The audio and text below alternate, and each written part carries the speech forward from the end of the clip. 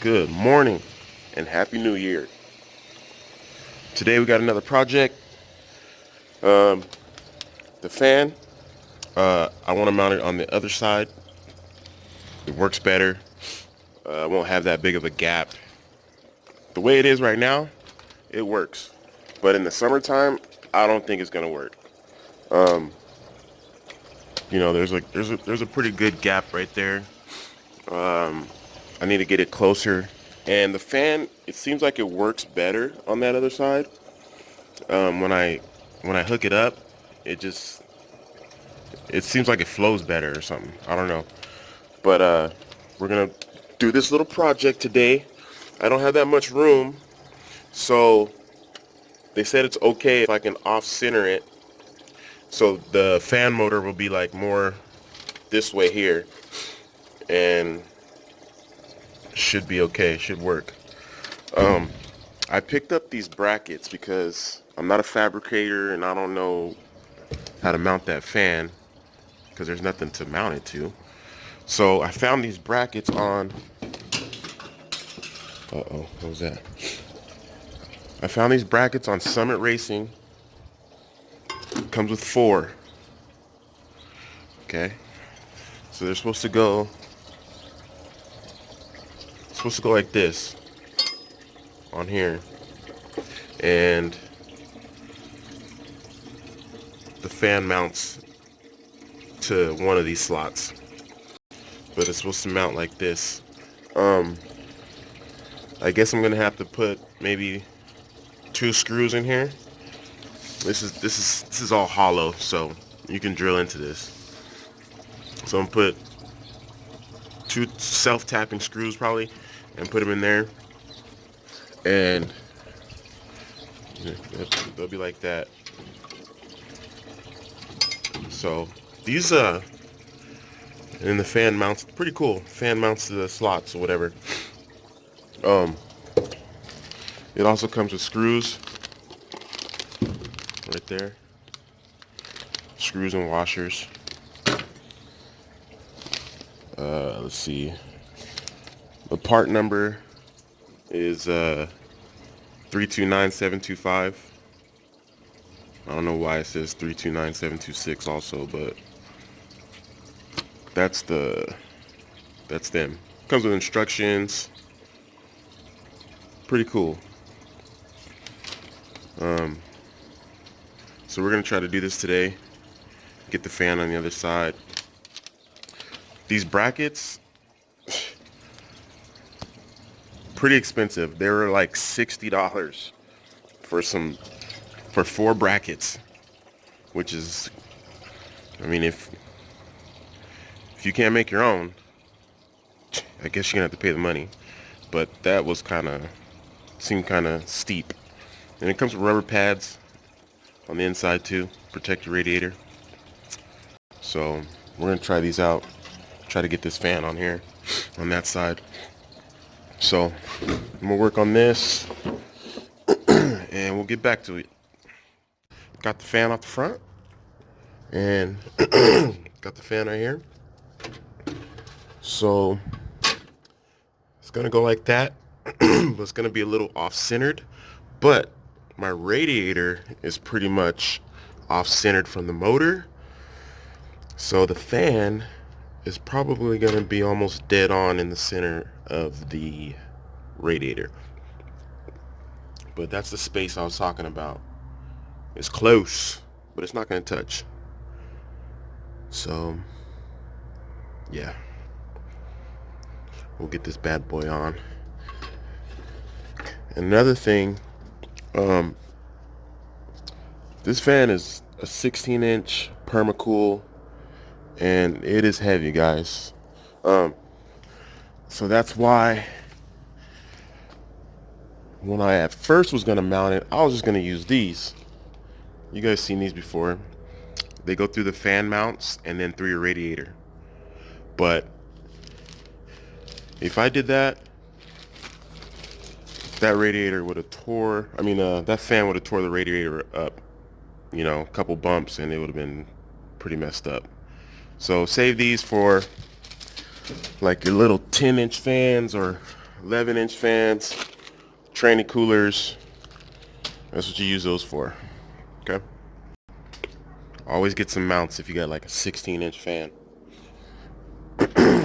Unless it's light. I don't know how light the spalls are. Spalls might be a little bit lighter, but that permacool, that thing's like, feels like it's like 8 pounds. So you don't want that hanging off your radiator. All right, guys.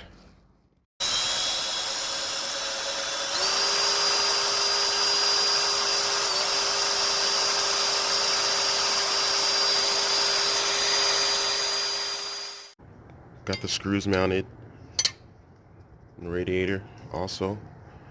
When you guys drill these holes, be very careful. That aluminum is easy to get through with a drill, and you don't want to go right through your radiator. So be careful. Yeah, so hopefully I can find some screws for these, install those, so I don't have to go anywhere. And we'll get this bad boy in here. I'm gonna go ahead and pull the whole radiator out and then mount it all on there real nice. And we'll be back. Got the fan here. Also, don't forget, reverse your fan blade. If it's a puller, you gotta take this off and flip it around. If it's a pusher, you get to take it off and flip it around the other way. So make sure you got that right. So it looks like this thing is gonna work. Oh. So it's gonna fit in here like so.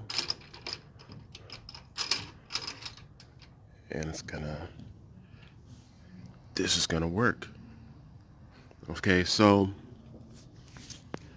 the ears down here are kind of hanging off a little bit. So we'll see what we can do with that. But this is the main piece that needs to work. So that works for sure. So the bottom, I can do anything with that, but this is going to be bolted up here.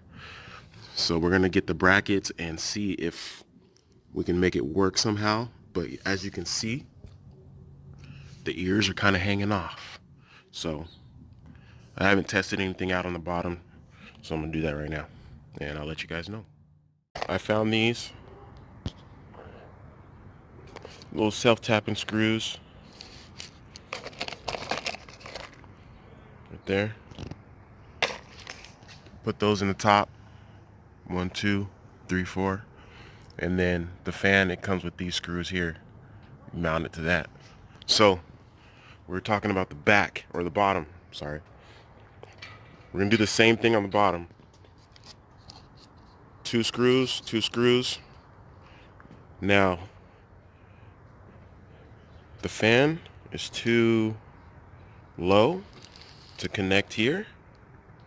So we're still gonna use the brackets, but we're gonna drill a hole here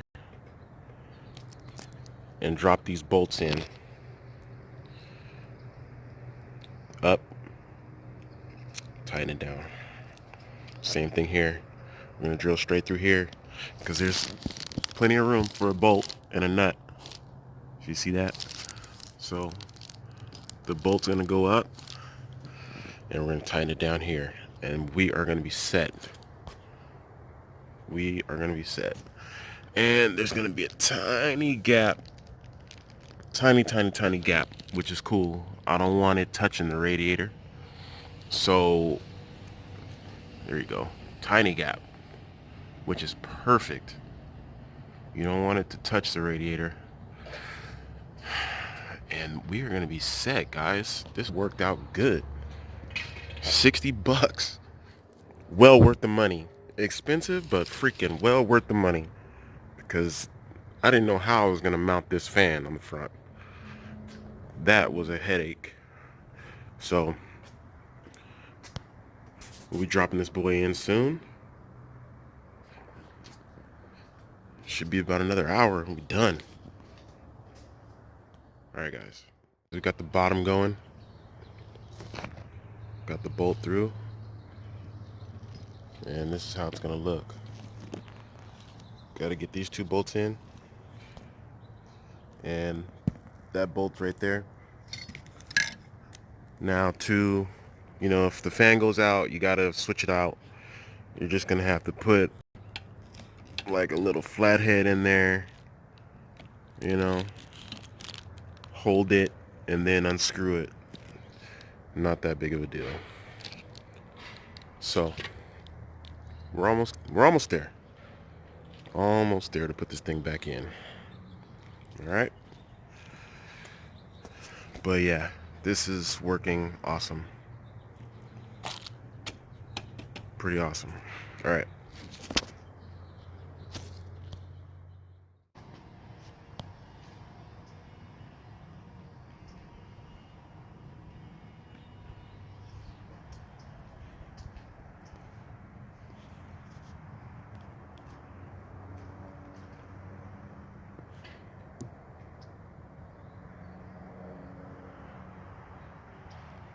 Okay. It's completely mounted, ready to go. Can't stress enough. Test your work before you put water. Put it back in the car if you can. Some people don't have a spare battery laying around. The only thing left I got to do is switch the fuse holder back to the positive side, because if it's a pusher, it goes on the negative side, but this goes on the positive. So back to normal, red on positive, black on negative. And here we go. Let's test the work. We're just testing to make sure that the blades aren't hitting, the brackets, or make sure everything's going smooth. So we'll check it out.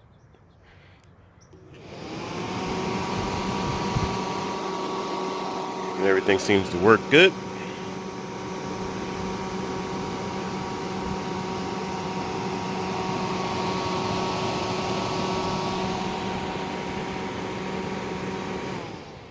There it is. It's done. So all we got to do now is get this thing put back in the car, which shouldn't take long. Fill it up with some water. All right. It's going to sit back like that. Close, but no cigar. Got space. Looks like everything's going to work, y'all.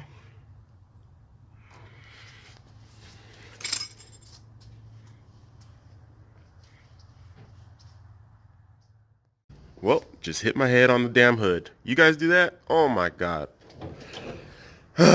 Anyway. So. It's in. Everything's buttoned up. No water. Nothing's going nowhere. Sturdy. Nice. Perfect. One more test before I add the water.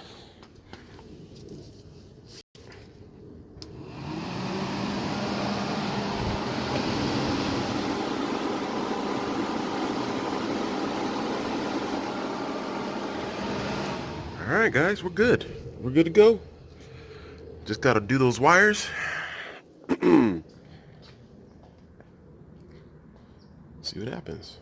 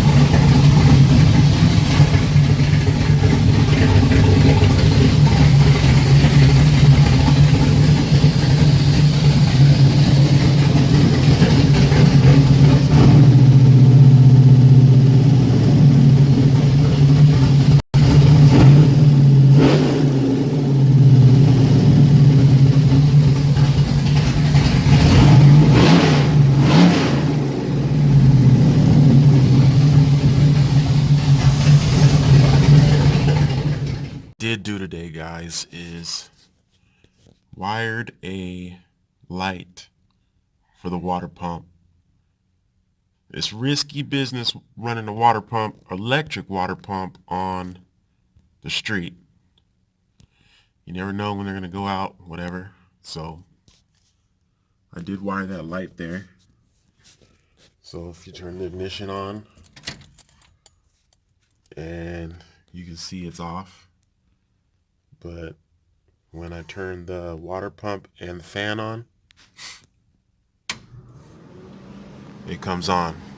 So that thing's right in my face. So that thing ever turns off or goes off, I gotta pull over quick, because that could be my motor. So, and yeah, you can hear the electric fuel pump. But yeah, that light, that's crucial, man. If you guys run electric water pump, it's 2 wires. You run a ground, and then you run the power wire to the electric water pump, and that'll let you know if that thing is on or not. But yeah, that's a good piece of equipment there. So that's it, guys. Everything is working.